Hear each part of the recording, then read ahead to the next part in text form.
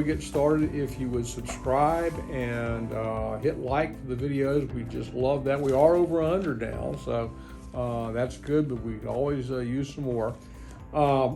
Last time I stood up was sort of give you an update on how the two events went, and they just went terrific. I'm going to talk a little bit about some of the good things that happened in the events, but I think it's important to go back and see why the events took place and what happened beforehand.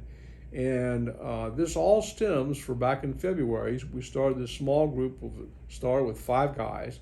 It's gotten up to about 20. And the purpose for getting the group together was to talk about racial harmony and race relations and all issues. And we used one of the resources we used, and could have used a variety of resources, was the book that I wrote, Don't Do Anything Stupid, A White Man's Guide to Racial Harmony.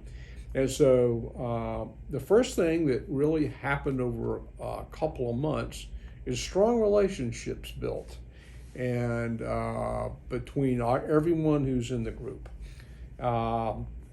And some of the people that were in the group were already involved in correctional ministries at our church, so other people in the group sort of joined in. Some of the people, and so the first event we had was over at the Tuscaloosa Youth Detention Center, and we had a serve day project over there, and we cooked out. We had hamburgers and we had potato chips, and Joe Eatman and his gang came over and played ball with the guys.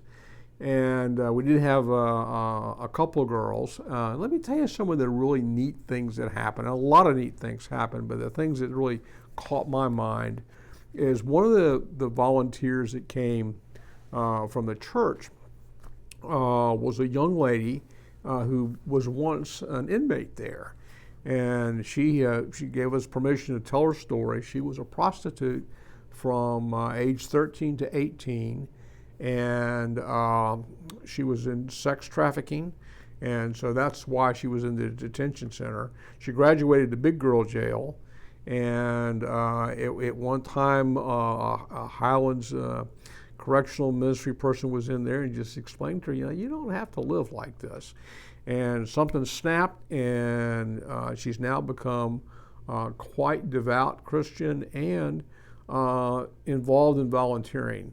Her story, to be able to tell to some of the other kids, especially the young ladies, was powerful. And so she had a forum and an opportunity to do that, whereas had we not had that event, she wouldn't have had that opportunity. Another one was very heartwarming. This was a young man who was a young Hispanic guy, and he doesn't speak to anyone. They just found him roaming around on the street. I think he had stabbed somebody. They don't know where he's from. It's pretty much a guess that he's illegal, and he won't talk. He won't smile. He's been a heartbreak to the people at the detention center because he just won't communicate.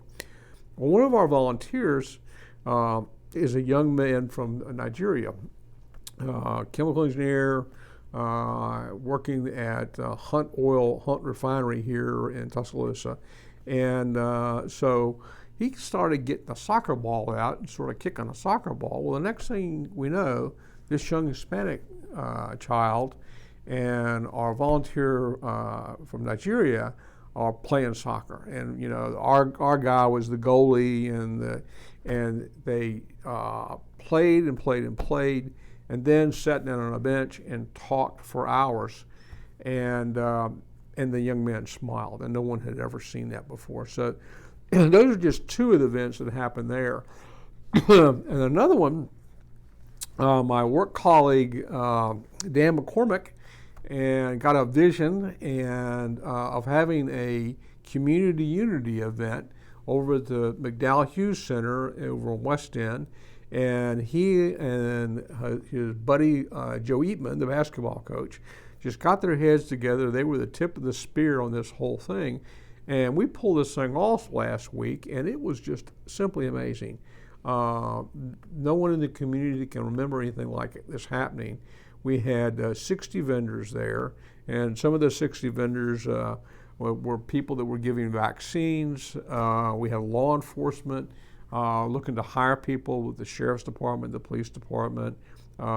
We had Department of Corrections was there.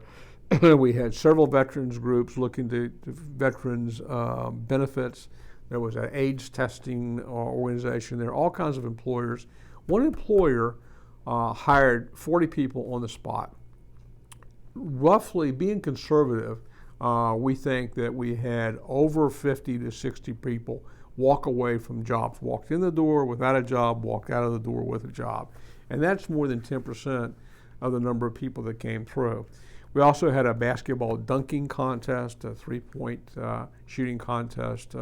I did not win the dunking contest. We already got the next one booked. The next one booked is October 20th at the McDonald's Youth Center.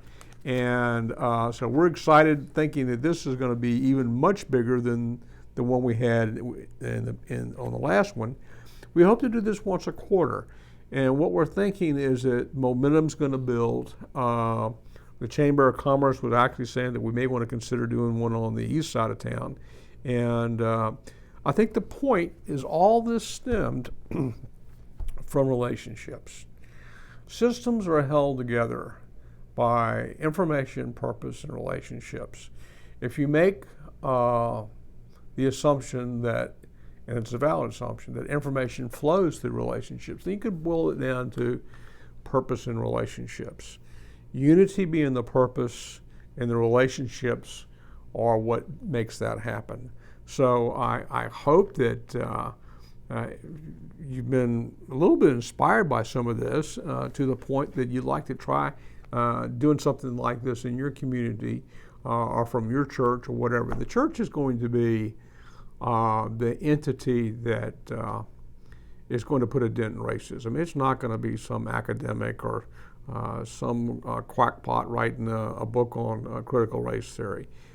It's going to be hands, boots on the ground, normal, everyday people, no PhDs, just a bunch of guys and gals going out there, loving on one another and making a difference. So have a great week, and I'll talk to you in a couple weeks.